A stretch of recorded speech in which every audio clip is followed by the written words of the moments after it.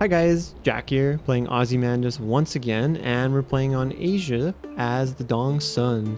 So we're kind of just a little bit above Thailand here, and we're a mercantile civ, so our power costs a little bit more, but our wealth technologies are a little cheaper. And it's pretty interesting. We have an interesting start here, and it's a fun game because we have the ocean, which is always good. As you've seen in other gameplay videos, the ocean is a hard one to get into, but once you get the techs going, you can make a lot of money just because it's so easy to expand. Although, of course, right off the bat, I'm not going ocean because, like I said, the techs are really expensive, so you won't get any yield. I go for some grassland, forest, river, just anything that will give me more yield. I also grab this tech for a free flag. Sorry, opportunity, and I grab Taiwan, I guess. Hopefully China doesn't get mad at me. And then we expand to the north. I kind of went to the south to see if I could secure those borders and not let gray take them from me. And now I have to do the same thing to the northwest. I want to get some mountains and make sure that I have a little bit of room to expand that way. For the reason that mountains are really hard to capture. They have a +2 power bonus for the defender, so they're like a good place to make your front line. I managed to pick up place 3 flags on hills to get the bonus that makes you have all the flag tech, so they're cheaper, so that's good, although I don't know how many mountains we're really going to be taking. I'm messing around with my food to make sure I have just enough research to get a yield tech, which is always useful, and these are 2 really nice opportunities at the start, but I do decide to go with science just because that means it's a bit easier to get more yield, which again starts snowballing more yield. You're then able to get more tiles, etc, etc. You'll see on the map to our north we have the Huns in red, which are militaristic, and then we have China in blue to us, and then Korea in blue again, but a lighter blue to the northeast even further. To our southeast in the ocean we have the Polynesians, and those guys slowly expand because they don't have a ton of yield, and then they can start to boom, explode, and capture all of the ocean. We use our tech to get 10 science for a city, but we ultimately decided to get a power tech because I kind of want to capture these mountains because I don't know if someone else is going to claim it, and you know, another tech would be nice, and we do manage to get them, which is good. Here I'm trying to figure out what to do. How many grasslands do I have, if it's really worth it, but I decided ultimately just to go for it and get the, I think, 6 food from having the grasslands, because then I can just place a few more in the ocean. We also finish our opportunity we got, which gives us all the flags for the ocean, which is great, and now we're starting to expand that way. We've solidified our borders on land, we have a nice little chunk of the mountain, and now it's start to push southeast. I'm going to try and get Indonesia, Malaysia, stuff like that. Those islands are good because you can build on them and make, you know, yourself a little bit stronger. We've also gotten some pretty decent opportunities. And now what you'll see here is I'm being careful where I'm selecting. I'm selecting tiles that I know I can get. There's a couple tiles there in the south with gray that he has more tiles bordering the, you know, unclaimed area than I do. So if he places a flag there, he'll get the right of way and I'll lose the food. I haven't spent much money on power for ocean yet, which is the other way you can bully people out of it, but I eventually will, and then we'll change our tactic. I also wanted to get to these this massive land first, because again, having the land is good. You can build a city on it, project some power, you can spawn ships from it, all that.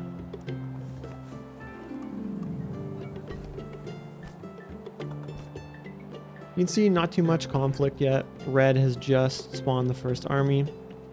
Important one though is that we have celestial navigation. All sea yield text gives us half movement in ocean, which is fantastic for ocean combat for obvious reasons. Saving food is always good.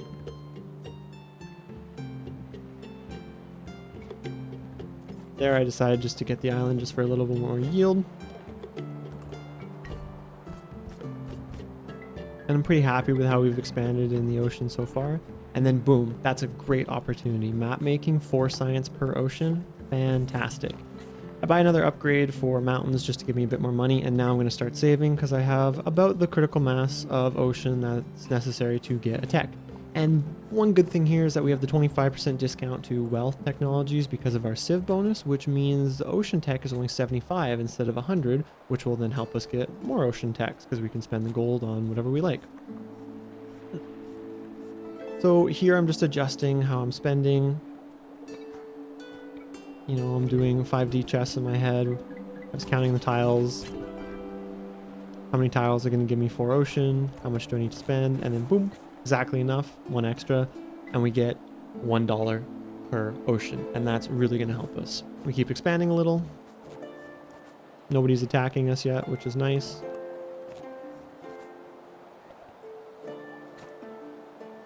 Don't want to spend a ton on science. I want to keep it balanced. The next turn, if I need it, I'll get it. Save a little bit of gold.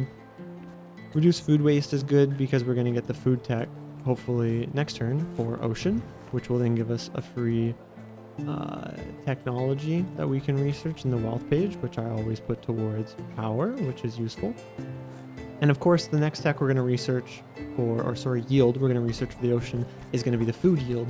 And that's because it lets you expand faster because you have more food.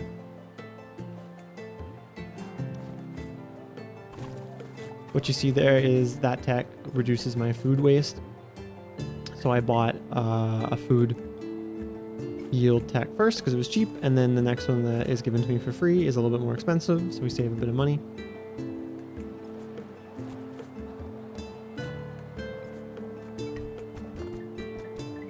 Polynesia is starting to push. You can see they're really plowing into the ocean now, unfortunately. I also decided, just because the ocean tiles are getting a little expensive, to pop a city down, and then I have my little area selected for where I can expand into next turn, because Polynesia can't get it. Fortunately, China is starting to attack me now. They got 2 armies on my border, but don't really care because I just got research for ocean, and now I'm going to start rolling. I buy my first fleet. I make sure to spend my coins that I saved to get a power bonus, because that way when you have the ship, the turn that next turn it comes out fighting, it will have 1 power, which is useful. We managed to save the ocean, but we lose Taiwan, unfortunately. Hopefully China doesn't take Taiwan in the near future. Might be a little bloody.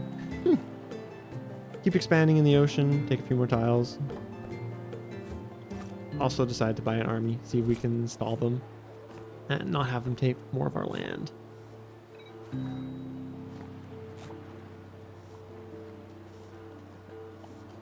Here I'm thinking about it. I'm like, should I buy a power tech? And then I decide for yes. There's going to be a lot of ocean combat, so why don't I go for that first? Since here now Polynesia has a ship, they start attacking me.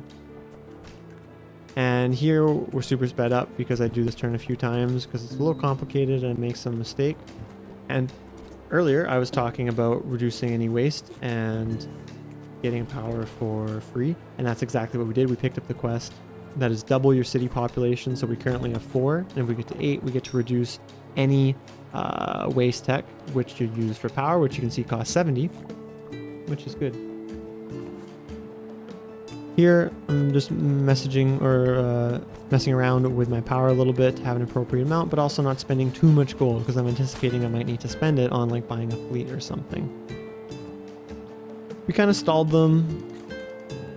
We managed to have them, they took a few of our territory, but they're not taking any more. And to be honest, the land is not crazy important. Most of our yield is already coming from the ocean. I mean, look, we have 33 tiles of ocean, which means, 66 of our research is coming from there. And then we have 7 tiles on mountain, which is our next highest. So 14 research is coming from there.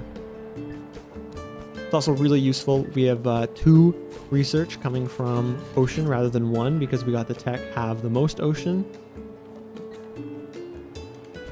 Upgrade my city sizes, and then boom, there's that tech I was talking about. Now our power is way cheaper and we're looking pretty. We've got all the yields we really need. We've got some good waste techs researched, and we're not losing ground anymore. So I think it's time maybe to start taking ground. Messing around with my power, making sure it's enough, making sure I have enough money next turn to buy another fleet. And now we go on the attack.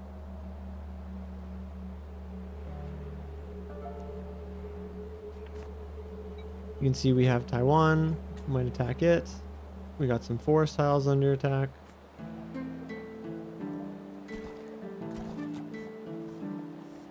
I have a few islands, so I decided to buy those yields. I also buy the waste tech because I'm going to start saving up research to buy the more expensive power techs, like for ocean, because I know ocean combat's going to start to happen more. And because I bought those research waste techs, I decided not to get the fleece this turn. They don't quite need it. And then boom, that's the one we want. Reduce your power waste to 50%, and then your power costs 1 less. Now we're ready to pop off. I save it for next turn though, because I don't like Polynesia attacking my island, and it's time to turn the table on them. We're pretty strong now, I'm sure we can capture it.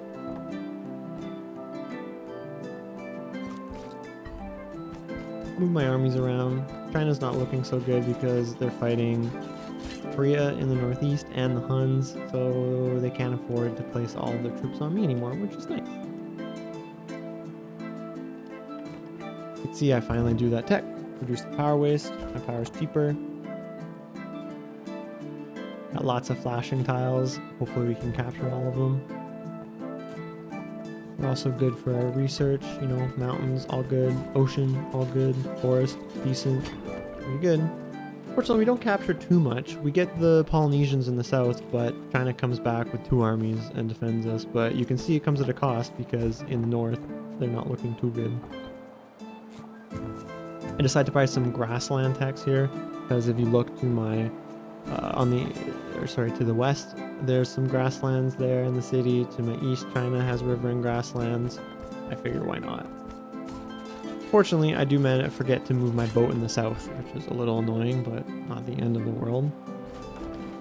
Move it down there. Hopefully we can trap his boat there. And so if you didn't know, if you capture a tile, normally your army just moves back, or your boat moves back a tile, the one that you own. But if you destroy it and there's no tile it can move back to, it gets destroyed, which is good because then they can't attack you with their ship.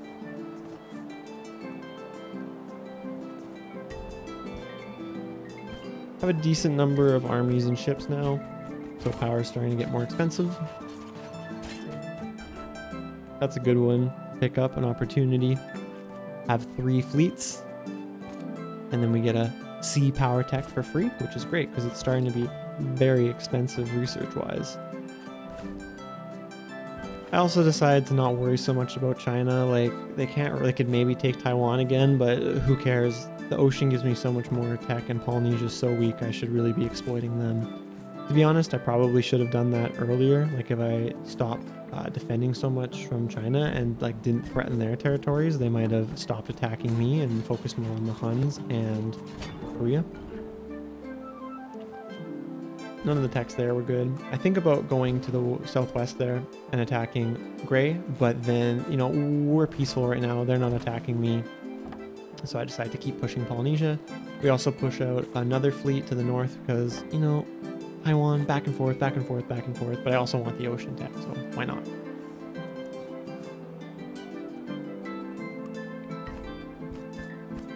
You can see in the west, the Huns have gotten squeezed out. China's getting squeezed too, not looking too good. Again, Gray, he's getting a little squeezed too. Strongest are definitely orange and blue in the northwest. Green's just clinging on. They have 3 tiles of land in South India, the Sri Lankans. Here we're making great progress against the Polynesians. They only have 2 cities. We're going to threaten one of them next turn, and then we're going to take... Oh, they have 3 cities, actually. They're just so small and insignificant, they're hard to notice. But we're going to threaten both of them very soon that are close to us, and then it's just going to leave one in the corner that we'll slowly get to. And, you know, taking all these ocean tiles for free is lovely. We're getting a lot more research, wealth, food. Very enjoyable. This is another good one. Courthouse, great opportunity. Reduce your wealth waste to the bottom, and then you no longer lose wealth. It's going to be important for us later, as you'll find out, but it's also just nice because if you decide not to spend all your money, you don't lose any of it, and then it allows you to do stuff. Sometimes late games you can get into stalemates with other players if you both have a lot of power, a lot of armies, you can't like threaten each other. If you save up a little bit of money, save, and then one turn, boom, you can spend a lot of it and get a bump to your power, which can help push you over the edge of the other player. And then, you know, you take a few tiles from them, then you have a little bit more yield, then you can hopefully snowball, and then you can keep taking it. Just taking easy opportunities, capture an island for a bit of stuff. Why not? I know I'm going to. You can see we captured their city. the Polynesian city, and we're going to be on to the next one already. They have a ship out, but it's not doing anything. We're doing fine on land too. We have an army, you know, defending the north. They can't really take it because it's mountains. One of our ships is against Gray now. We let them take Taiwan again and left, and then we're back to attacking Indonesia. No, Malaysia. My mistake. Malaysia will be ours. You can see in the north my mountains are under attack, so I decided to spawn an army. You know, my land is my land. But they're also helped by the fact that I have a huge ass city there, 5 pop, which means I have 3 power projected to my northernmost mountain tile there. Because, you know, 5 pop, 5 power on the city tile, and then it reduces by 1 each tile you travel. Polynesia's basically dead at this point. I mean, they've been dead for a little while, but what can they do? Horse archers is nice, opportunities that can always give you more power, because at a certain point it gets prohibitively expensive to buy power when you have lots of ships. We're going to attack one of Gray's cities too, which is useful. Polynesia's on the way out. China's not giving us any trouble anymore, and Korea's been very polite. They've only had a single army the whole game, just had it on Blue's border, and they're just kind of sitting there hanging out. Red's also distracting China, which is nice, so I take advantage of it to push up and take all of the territory that has been, you know, going back and forth this whole game. I mean, how many times did Taiwan go back and forth? Like 4 times? We'll see who holds it in the end. That's all that really matters. Polynesia's down to being handled by 1 ship now. A few turns away and we can capture their capital city, which is the small one. I decide to go attack Korea because, again, right for the picking, you know, they have no navy. Maybe I can move on to Japan. Japan has a history of being attacked by boats. Good thing I'm not Mongolian. Gray comes down, tries to save their city, but I'm such a beast with my power, they can't do anything. We've also picked up 2 opportunities that give us crowns. Will be useful. Maybe. Maybe not. But look, oh my goodness, 4 crowns. Came out of nowhere. So what you'll notice is we have 2 from having 7 fleets, 2 from having 3 captured cities, and then I'm looking, oh, I only need 3 crowns to win. Wait a second. What gives me 3 crowns? Have 800 wealth. That's easy. Remember the opportunity we got? I don't actually waste any wealth by having it stock up, so I just spend a teeny amount of money on giving my boats and soldiers 1 power, and just save up for a couple turns, and that should seal the deal. We also could have gone on expanding. I'm probably, by the time I take Polynesia, I'll have like 110 tiles out of 120, which, you know, might be a good pathway, but it'd definitely be quicker to do the wealth. Since research doesn't matter anymore, I'm not trying to save up the research and food to buy those opportunity crowns. I decided to spend it on my power, which is good because, again, I'm not spending as much money on power because I'm trying to save it up. You can see Polynesia's gonna die. Their city's threatened. Nothing defending it. Took lots of Gray's territory. Attacking Korea too. Gonna wipe out Gray as well. We have their city under attack with 2 soldiers. And now that Polynesia's gone. Look at all that space to expand. Manifest destiny, baby. Pacific style.